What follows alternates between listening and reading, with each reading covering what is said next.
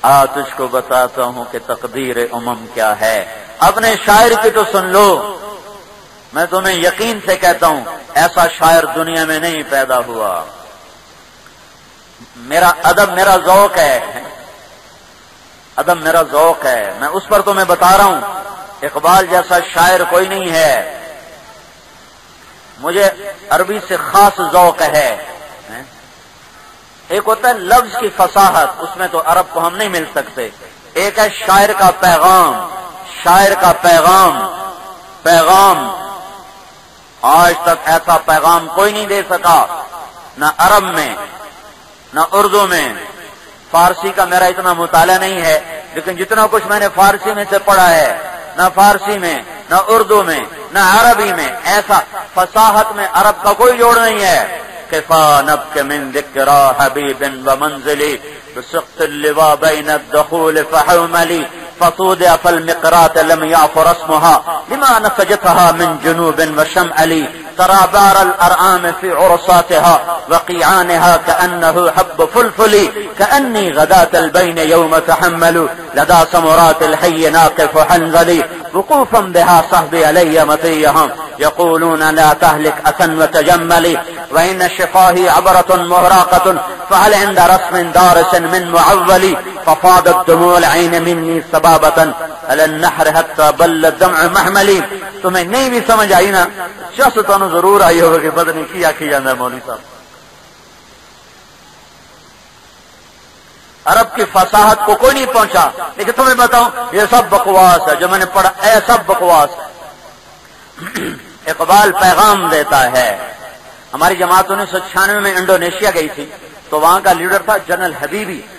اس سے ملاقات ہوئی تھی تو اس نے کہا ہم نے آپ کے شاعر اقبال کی پوئٹری کو اپنی زبان میں ٹرانسلیٹ کر کے تحریک آزادی کو اٹھایا تھا. میں نے کہا ہمارے نوجوانوں کو تو پتہ ہی نہیں اقبال ہے کون. وہ کیا کہتا ہے؟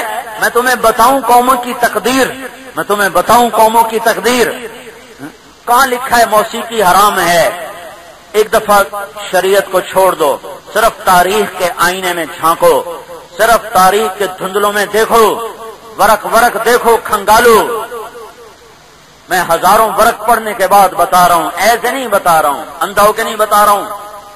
اقبال کی سنو، اس نے ہزاروں برس کی تاریخ کو ایک مصرے میں بیان کیا ہے. تمہیں میں بتاؤں قوموں کا عروج و زوال، اس کی داستان کیا ہے؟ شمشیر و ثنا اول، طاؤس و رباب آخر. جب قوموں کے جھنڈے لہراتے ہیں تو ان کا نغمہ تلوار کی جھنکار ہوتی ہے اور تیر کی سنسناہٹ ہوتی ہے اور نیزے کی کھڑکھڑاہٹ ہوتی ہے. اور جب وہ بدبخت ہوتے ہیں اور زوال کے اندھیروں میں گم ہونے پر آتے ہیں اور ذلت اور پستی ان کے گلے کا توق بنتی ہے تو پھر تان سین ان کا سرمایہ بن جاتے ہیں. پھر گلوکار ان کا سرمایہ بن جاتے ہیں. طاؤس اور رباب آخر. پھر ان کے سر دھنے جاتے ہیں، پاؤں تھرکتے ہیں. گھنگروں کی چھن چھن اور پائل کی جھنکار ان کے اخلاق کی دنیا کو چھید کر دیتی ہے، چھلنی کر دیتی ہے. میں درد سے یہ باتیں کہہ رہا ہوں. میں ان وادیوں سے گزر کے آیا ہوں. میں خود بڑا گلوکار تھا گورنمنٹ کالج لاہور کا. میں ایسے نہیں بول رہا ہوں، اندھا ہو کے نہیں بول رہا ہوں. مجھے ان غلاظتوں کا پتہ ہے. میں نے ان گٹروں کا پانی پیا ہوا ہے.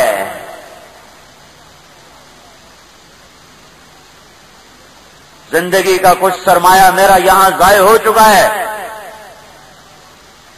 بصیرت سے بتا رہا ہوں، جن قوموں کے اگر یہ اسٹیج گانوں سے تھرکتا رہا تو انتظار کرو زمین کپ کپائے گی اور آسمان گرجے گا اور بجلیوں کے تیور بدلیں گے، ہوائیں پاگل ہو جائیں گی. میرے اللہ کا نظام خلاف چل جائے گا. مجھے دیوانہ کہو، متعصب کہو، جو مرضی کہو، پر میں یہ راہیں دیکھ کر آیا ہوں. مجھے دھوکہ نہیں دیا جا سکتا. میرے ہاتھ، میری انگلیاں کھیلتی رہی ہیں ان ستاروں کے ساتھ.